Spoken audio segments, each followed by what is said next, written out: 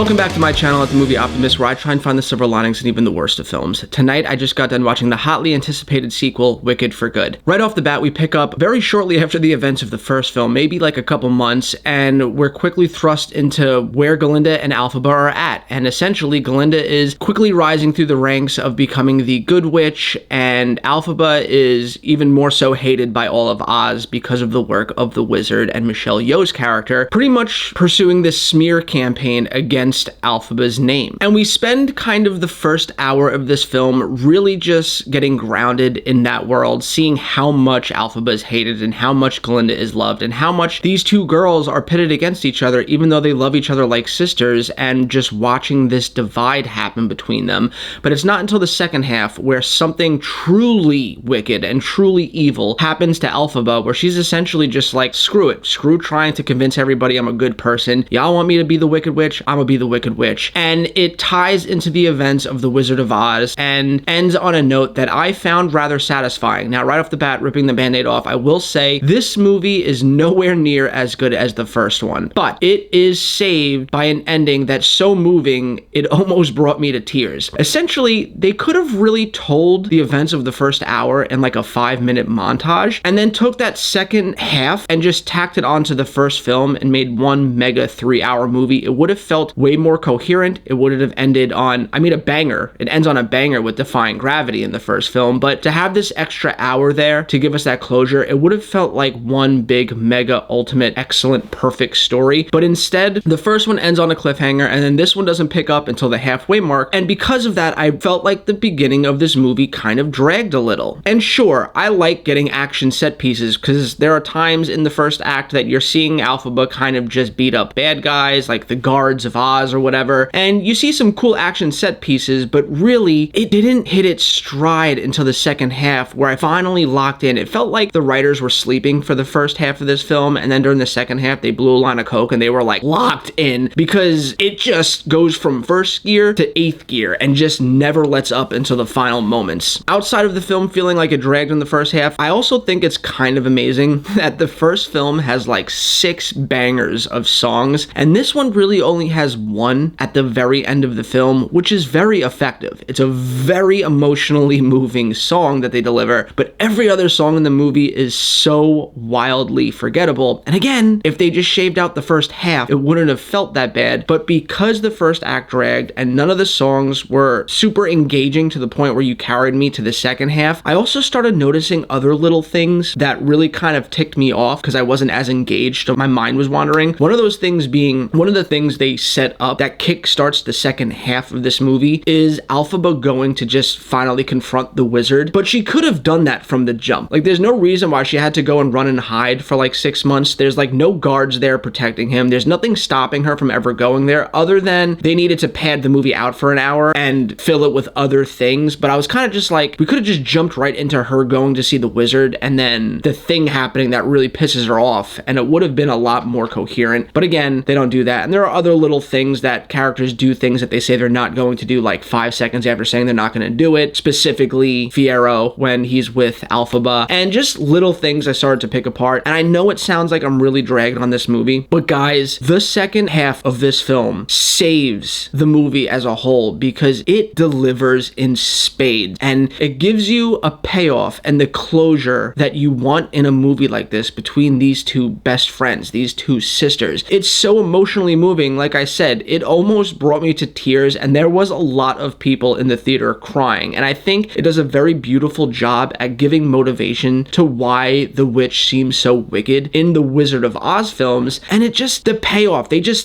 landed it. They stuck the landing, which is one of the hardest things to do in movies that are this big, but they do it, and they do it beautifully. And because of that, the amount of emotion I felt leaving this film overwhelms the negativity I have for the first half, to the point where I'm gonna say it's a good time. It's not great, it's nowhere near as great as the first one, but I was so satisfied at the end of it that it kind of just pushed it into the green area for me, and I'm gonna give this movie a 7 out of 10. If you're a fan of this franchise, the last hour alone is going to blow you away. It's going to move you to tears. It's going to give you the emotional payoff that you're looking for, and that last song really just sends it home. It's like a home run right out of the park up until the credits roll. I can't recommend it enough if you are a diehard fan of this franchise. And also, I don't want to leave this out. Cynthia Erivo really blew me away in the first one, but I kind of thought that Ariana Grande's character got sidelined. Here, it almost feels like they reversed it a little bit, where this was more so Galinda's movie and Alphaba was kind of pushed to the side. She's still predominantly the lead, but it feels like they gave Ariana Grande a little bit more to do, especially in the acting category, where in the first film, she blew me away with her comedy. In this film, she blows me away with her dramatic chops. Ariana Grande is remarkable in this film, more so than I've ever seen her, and her voice is outstanding here. But like I said, I do think that this should have been one 3-hour mega movie. It would have made it a lot better as a whole. But what do you guys think? Are you excited to see this movie? Are you bummed to hear that the first act kind of drags? Or do you not really care and you're just content being in this world? That's kind of like me with Lord of the Rings. I could watch hobbits walk around the Shire for an hour and be content. Maybe that's how you are. Let's talk about it in the comments down below. And as always, guys, I hope you have a great rest of your weekend, and I'll catch you next time.